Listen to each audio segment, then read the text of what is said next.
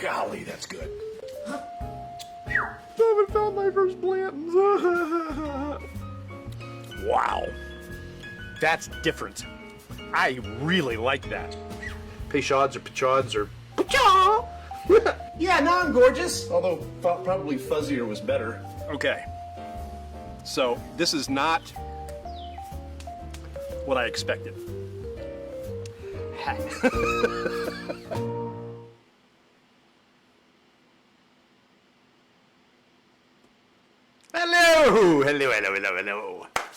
It's Thursday night.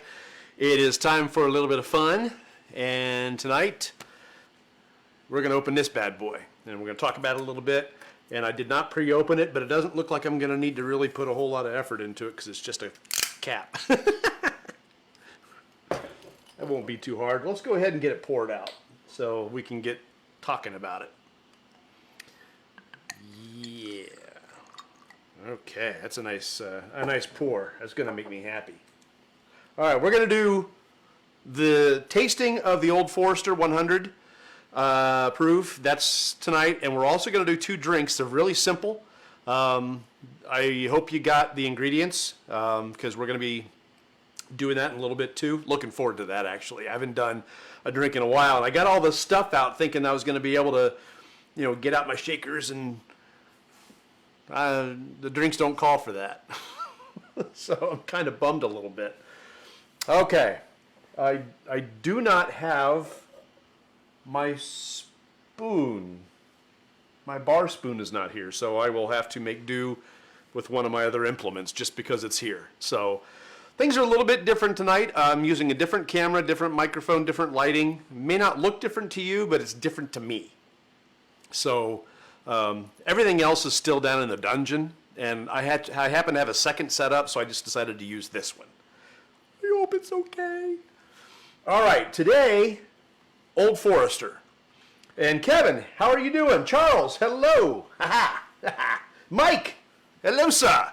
I'm glad you're all here. Without my glasses on, there's like two people in a row whose last name looked very, very similar. I thought it was the same person logging on twice, but now with my glasses on, hi. I see several different people. So this is going to be fun. I'm glad you're here. All right, let's start off with what you may know about Old Forester, which is their Whiskey Row series. I had all these. I was going to bring them up, and I was going to show them off because I have them, and I left them downstairs.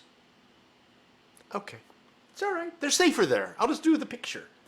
All right, so the Whiskey Row series, you may know this. Thanks, Mike. He says, no matter the lighting, I'm still hard to look at. I appreciate that. Old Forester, let's see. So this starts off, the Whiskey Row series has got the same recipe that George Garvin Brown used in 1870. That would be the Old Forester 1870 original batch. That's the red stamp, and it's 90 proof. Next to that is the Old Forester 1897 bottled in bond. That's the green tax stamp, 100 proof. Old Forester 1910, Old Fine Whiskey. By the way, whiskey here is spelled without the E. Old Forester is one of only, I think, maybe one or two companies in the U.S. that spells whiskey without the E. Anyway, that's the light blue tax stamp, 93 proof, and it's by many, many standards considered to be the best of the Whiskey Row series. And the second best, which I happen to like this one the best, the Old Forester 1920 Prohibition style. This is the teal tax stamp, and it is 115 proof.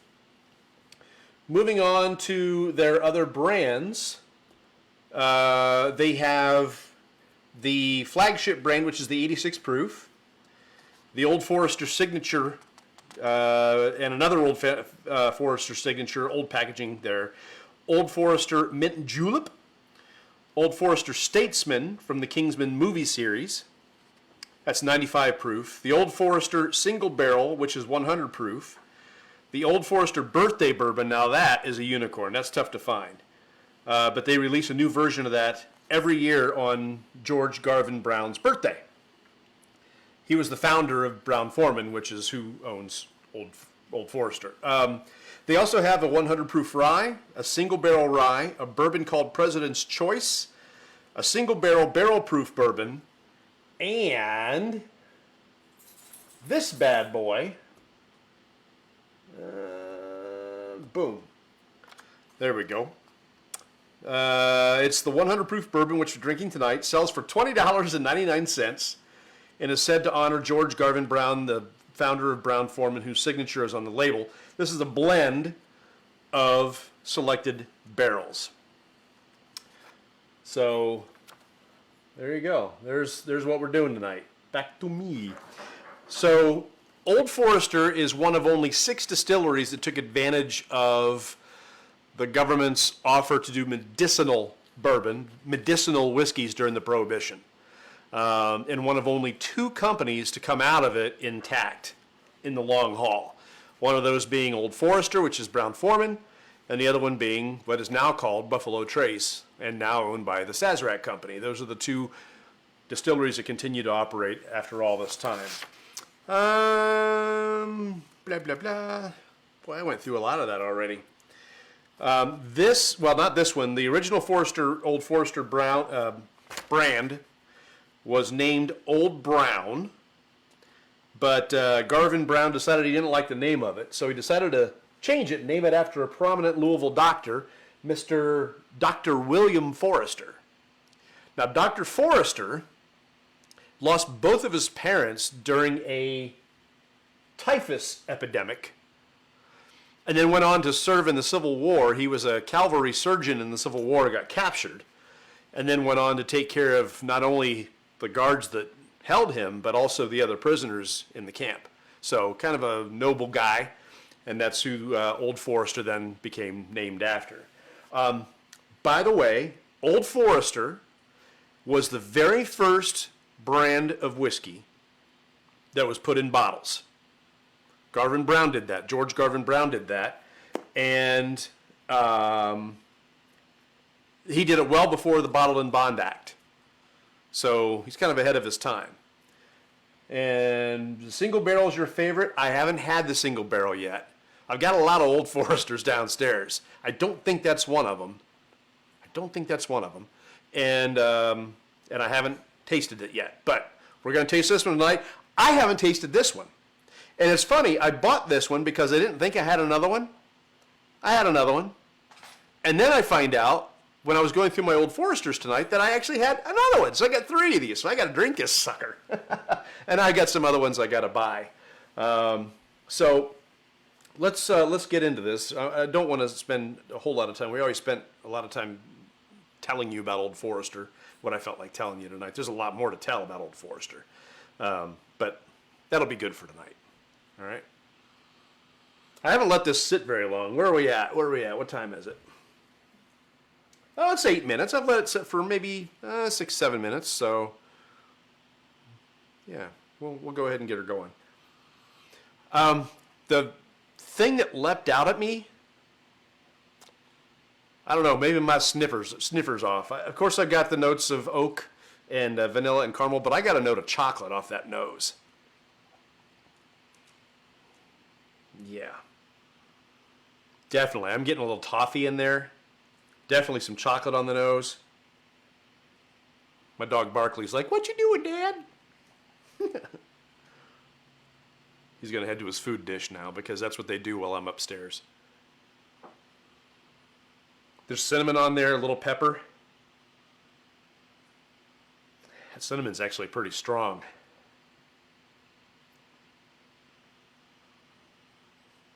So's the oak, though. I mean, this 100 proof to me is kind of really oaky. All right, well, hey, let's give it a shot.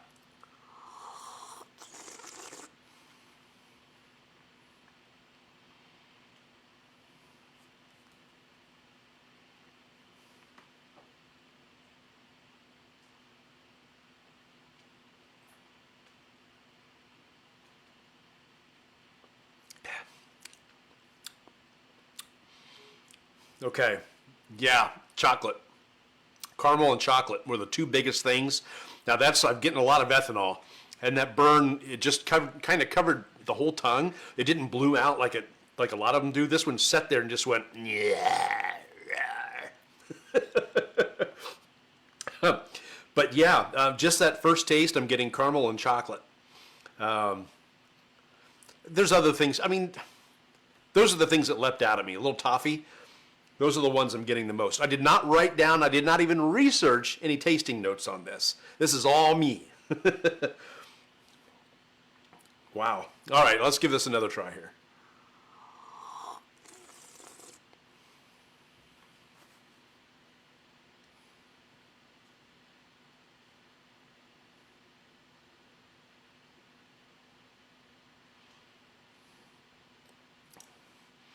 There's some raisins in there.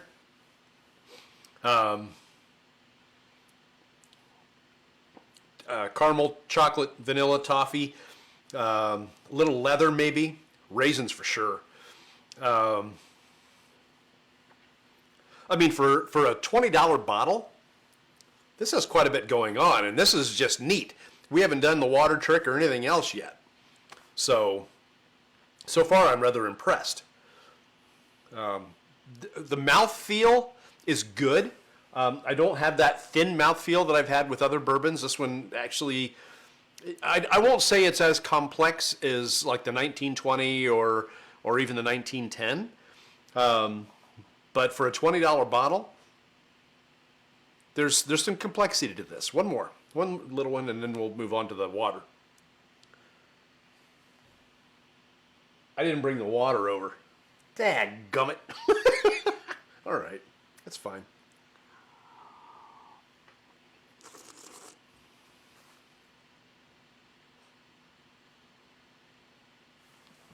You gotta get the water.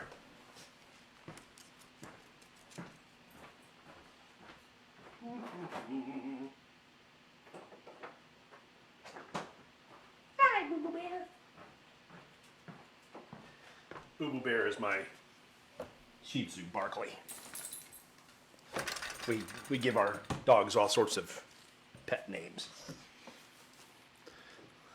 Kind of like the ladies do for me. They call me Buckwheat. I don't know why. Just a little. All right. Hi. Okay. Yeah. I'm anxious to try this on water because the last couple of weeks I've had some pretty crazy experiments with water. The last two that we tried, the Mellow Corn and the Uncle Nearest, both got spicier on water. Now, and that included the 100 proof Premier Uncle Nearest, the, what is it, 1856? So, let's see what this one does. We'll give it a couple good squeezes of water.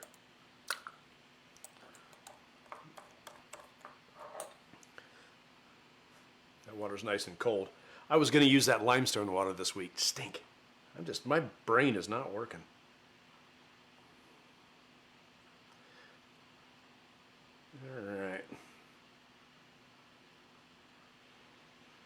All right, little water.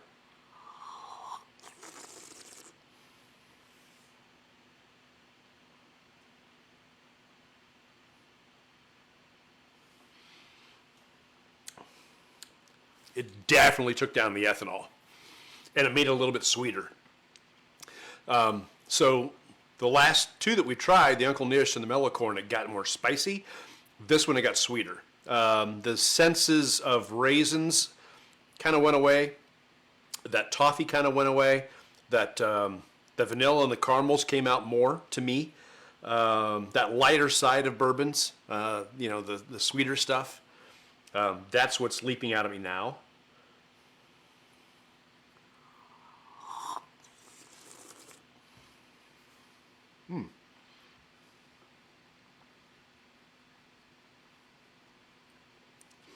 Very, very, very slight sense of mint.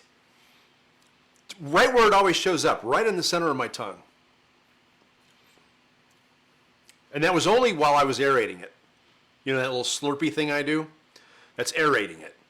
And I got it just a little bit in the center of my tongue when I was done with that and while I was doing that. And then it kind of went away.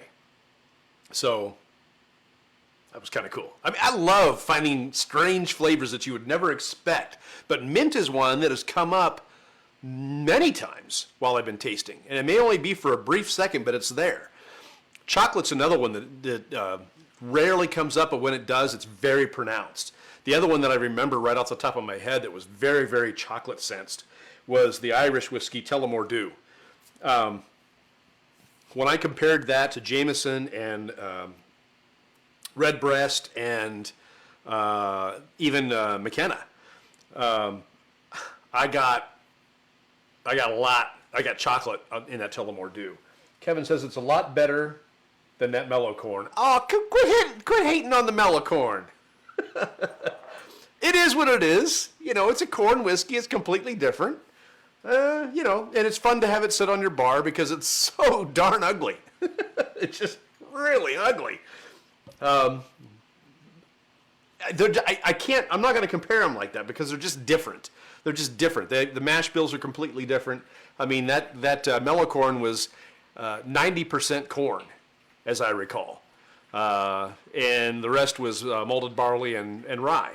And the rye certainly came out more on water in the mellow corn than it did straight, which was weird. So, all right. Sitting here, look at me. I think I mixed these up. I did mix those up. What's the matter with me anyway? I was looking at the sizes of them. All right. All right, let's move on.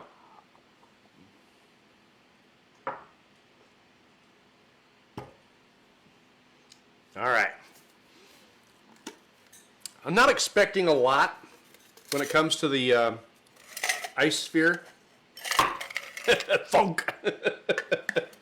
Boing. All right. I typically don't like my bourbons on ice. When you cool it down, you mute the flavors. It's great in a mixed drink. Ice, mixed drink, good. We're going to make a couple of those here in a minute. And, you know, ice serves a purpose. But so far, I can't think of a single bourbon that I've liked better. There are some that I've liked on ice, but like better, no. One of them that comes out is Peerless. Peerless I liked on ice. That's just one of them that pops out at me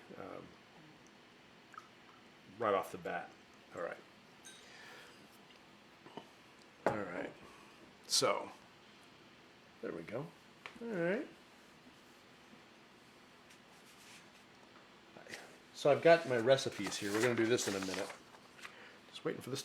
Another beautiful clear ice sphere. Next month I get my new one. I'm going to make some ice spheres. I'm going to make some ice spheres.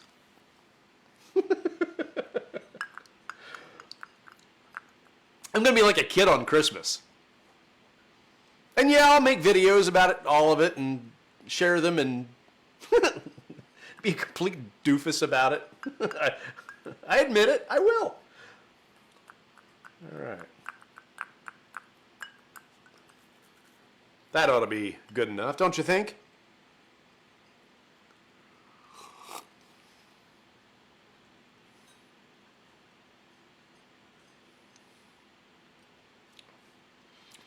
Got even sweeter. To me, it got even sweeter. Those spices are still there. I didn't let it sit very long, and the ice spheres aren't going to melt real fast. All that's going to do is cool it down. This is 100 proof. So there's a little bit of latitude that the ice will give it. I didn't let it sit there real long, but it's still got a nice amount of flavor to it.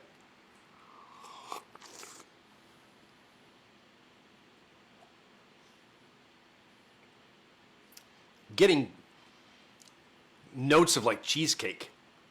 It just got really, really sweet. Very sweet.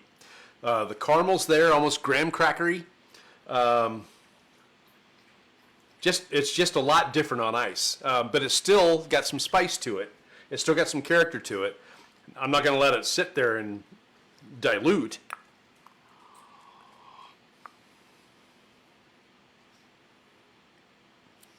graham crackers.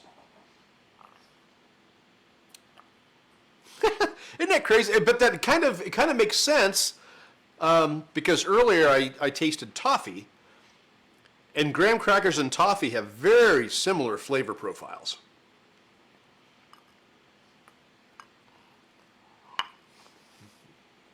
All right, I'm happy about that. All right, mixed drinks time. So this is what I could have used my bar spoon for, but I left it in the other room. I thought it was tucked right in there, and of course not.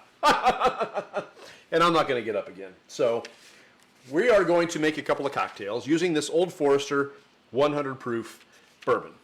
The first one we're going to make is called the Elderflower Bourbon and Tonic. Now, you know I love elderflower liqueur.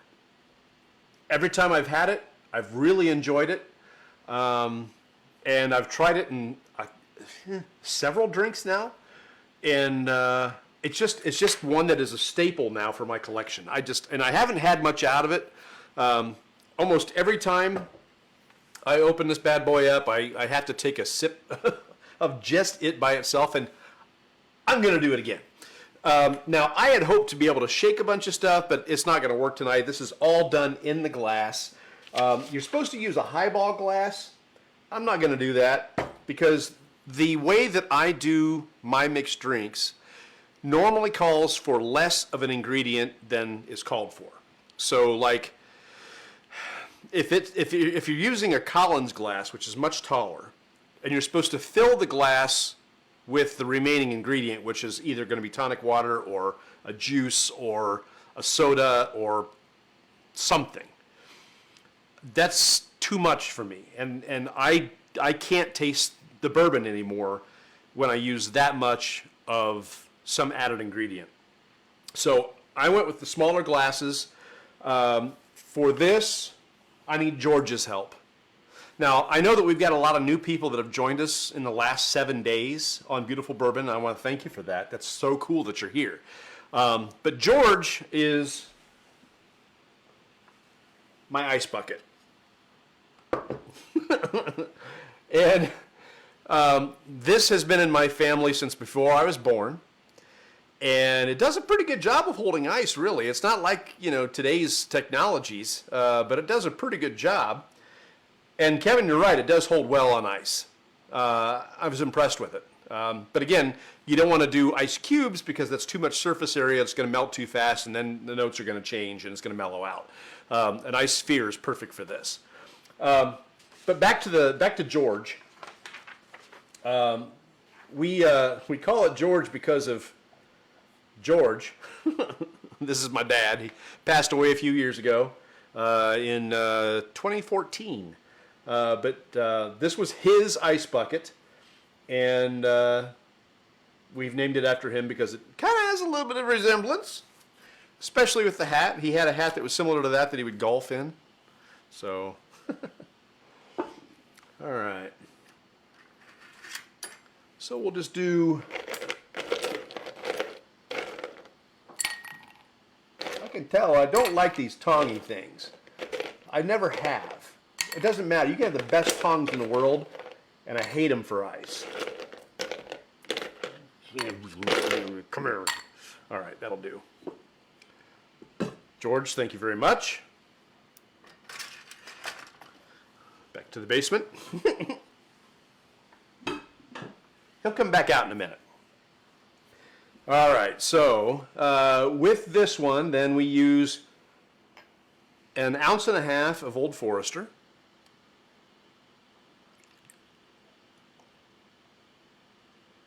A little more. There we go. Even got my handy dandy pad in case I spill. And then 1/4 ounce of the elderflower liqueur. Now, before I put that 1/4 ounce of elderflower liqueur in, I'm going to sip 1/2 ounce with it by itself. Because it makes me happy. By the way, if my mom happens to be watching, I replenished my supply of Kahlua. She was here a couple of weekends ago, and I had no Kahlua. But I introduced her to the Uncle Nearest 1884, which she really liked.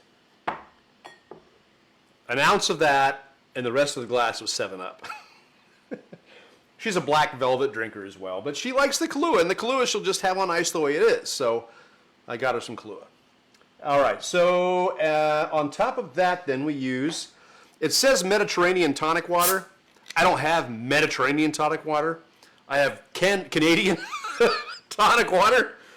So we're going to use that and just go up to about there. It says fill the rest of the glass. I don't want to. I know what I like. That's enough. Now, because I did not bring my spoon over, I'm going to use my bottle opener. Use what you got. You don't have to be fancy or anything. Just use what you've got. I've been looking at that stuff online a lot. What do you use if you don't have this or that or whatever? They're telling people to stir up their drinks with, like, what are they called that you eat the Chinese food with? Chopsticks. All right, so I'm going to like this one.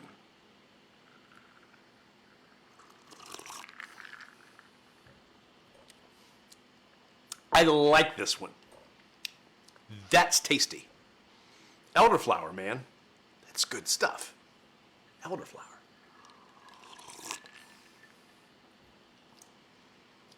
Adds just makes it a little bit sweeter, but there's also just a tinge of bitterness in there. Now, I will tell you, the original drink for this was not the 100 proof bourbon. It was the rye. I don't have the rye. And this is the one I opened, so we're having this. It may be completely different on the rye. I really doubt it's that much different, but who knows? It could be a little spicier. This is tasty. All right, the next one is called the Horse's Neck. Now, I got both of these from the Old Forester website. I figure they know their bourbon more than anybody, so I went there. And then you know what I forgot to do? Terrible.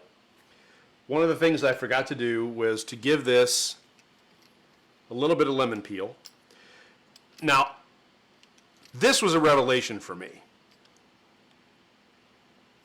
Is it going to do it? Am I going to get it? Turn that around, turn around, turn around, turn around. Turn the thing around. Oh, you know what? I'll do it this way. There we go. Now I got it. Oh, that's perfect! I just got this. I love it. All right. So, I did an experiment like 2 weeks ago with an orange rind. And I wanted to see what the expression of the orange rind would really do to it.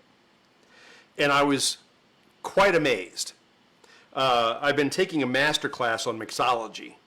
And just this, you'd be surprised at how many oils I just expressed from this peel, just by doing that. Now I'm also going to rub it around here, and I'm going to stick it in the glass. Let's see what changes. I bet a lot.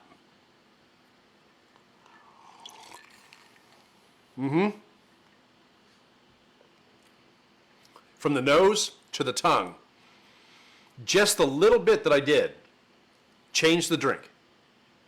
If you don't believe me, grab a lemon or an orange, do what I just did with this, express it over the glass, and then put it out of your senses. Put it somewhere else. Wash your hands even. And wash it with a spoon so you can get all that lemon smell off your fingers. Okay? And then once you've gone away for a minute, come back to that glass. If you smell lemon in that glass, that tells you the effect that that rind, that what do they call it? I can't see it. I need my glasses. Where'd I put my, oh, right there. A lemon peel. Duh. So, hey, Zach, how are you doing? Just that expression of the lemon peel getting those oils out of that rind and putting it into the glass, and it changes it. And I was amazed. I didn't even rub it on the glass. I just went like this and then threw it away and washed my hands, and I could smell it in the glass. If you have a lighter, do that in front of a lighter. You'll see the flame. I don't think that's an official description, but you know what I mean.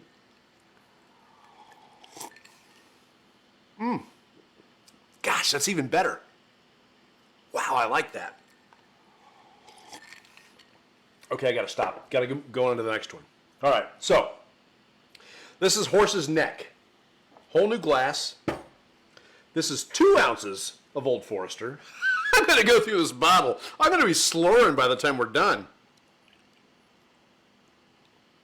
You've heard me do it before. It's not like it'd be unusual.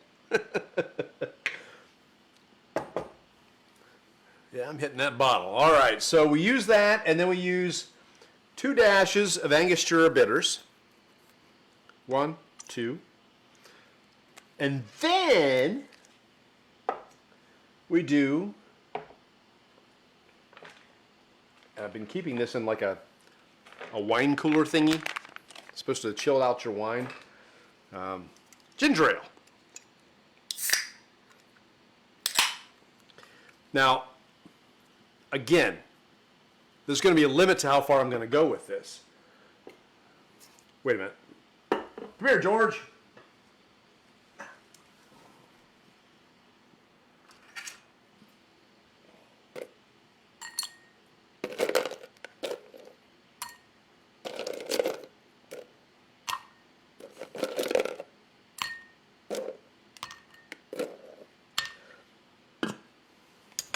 Take a bow, George.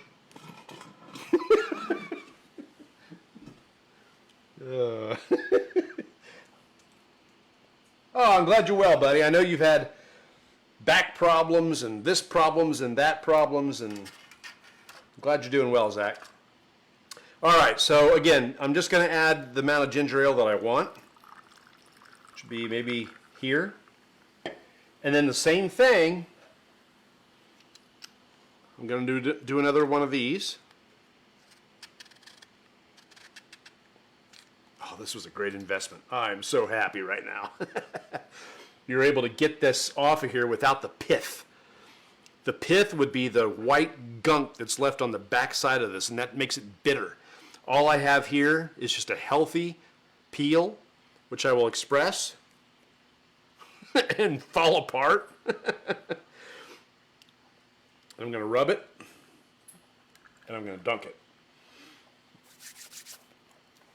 Now, full disclosure, I love ginger ale.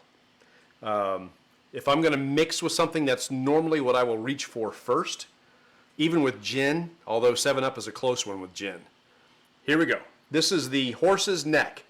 It's 2 ounces of Old Forester, some Angostura bitters, ginger ale, and a lemon peel.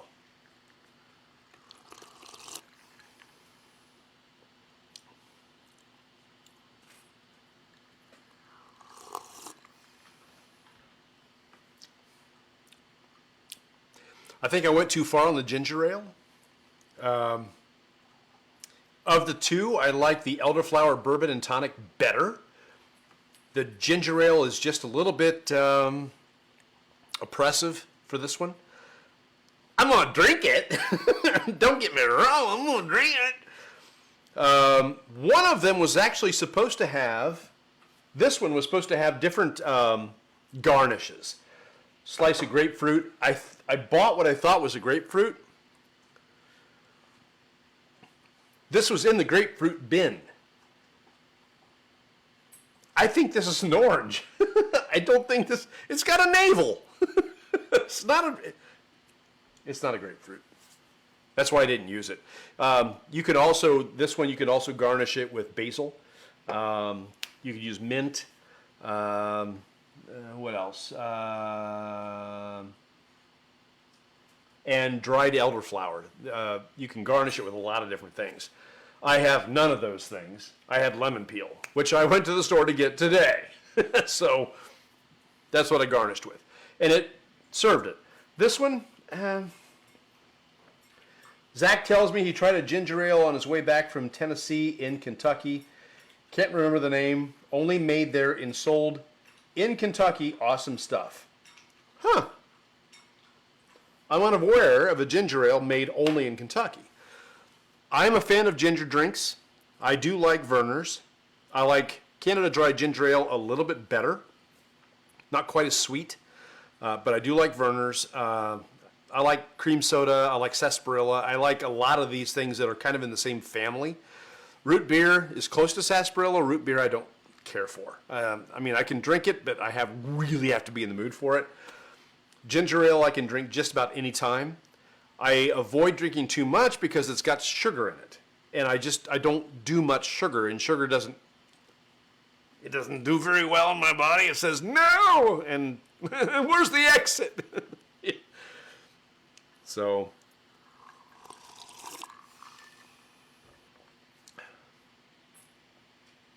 I got to put my glasses on to read that, Zach. They sold it in glass bottles in a 6-pack. Oh, very cool. It's too bad you don't remember the name. I've got to go to Kentucky next week.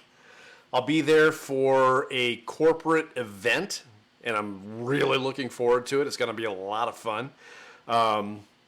But if you come up with the name of it, let me know, and I'll look for it. I do like ginger ale, Zach, and I will bring some home with me if you can remember the name of it. That would be totally cool if you could. All right, so the horse's neck is okay. I do less ginger ale for me and then build up. The bitters are gone.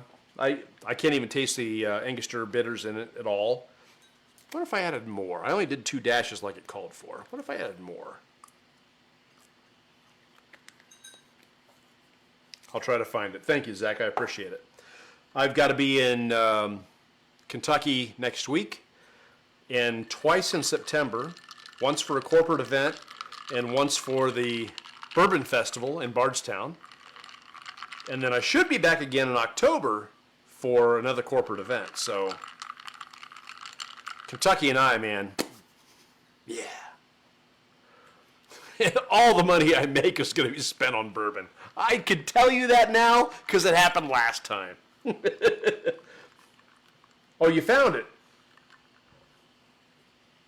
It's called Ale 8. All right.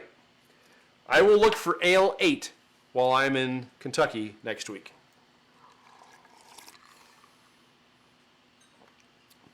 Two more dashes of bitters helped that a lot because of all the ginger ale in it.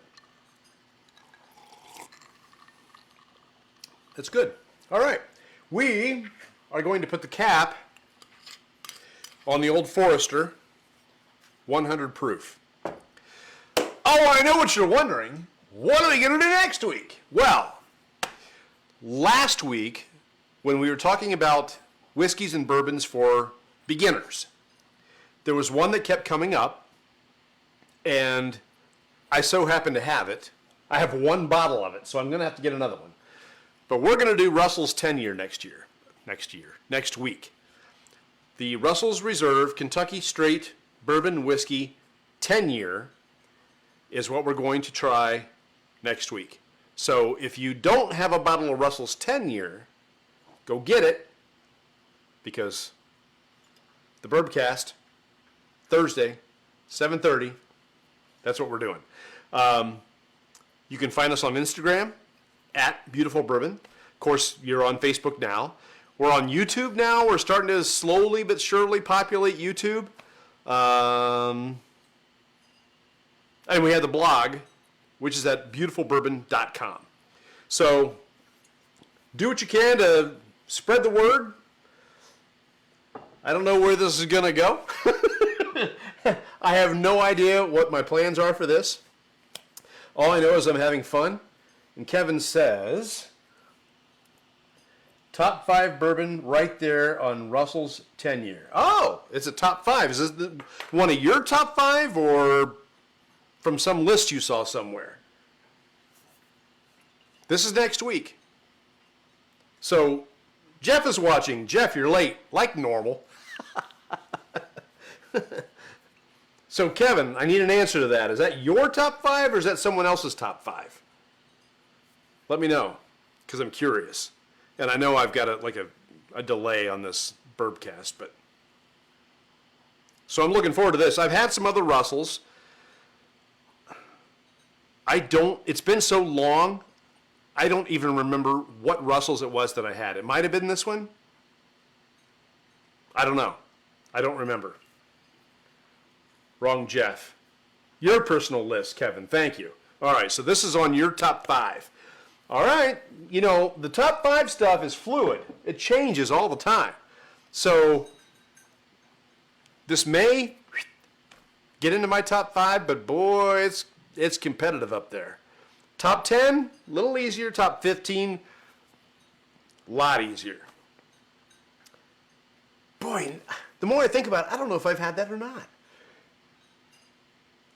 I don't know. We'll have it next week, though. We will definitely do it next week. Yeah,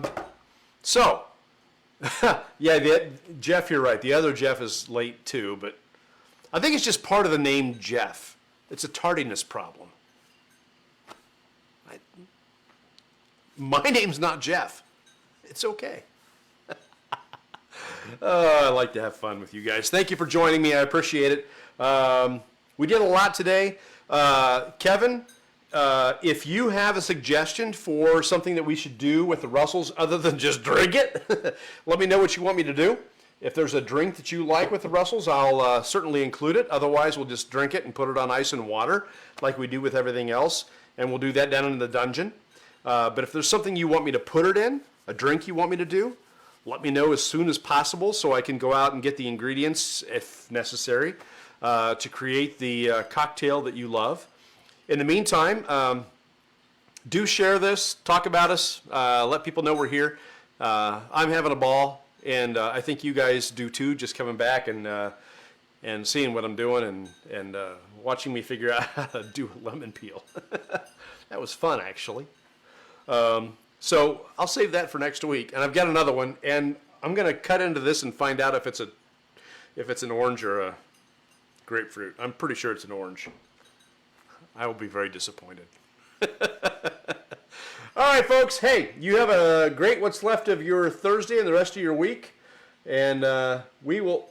What is all this Facebook garbage? And we will see you next Thursday, if not before.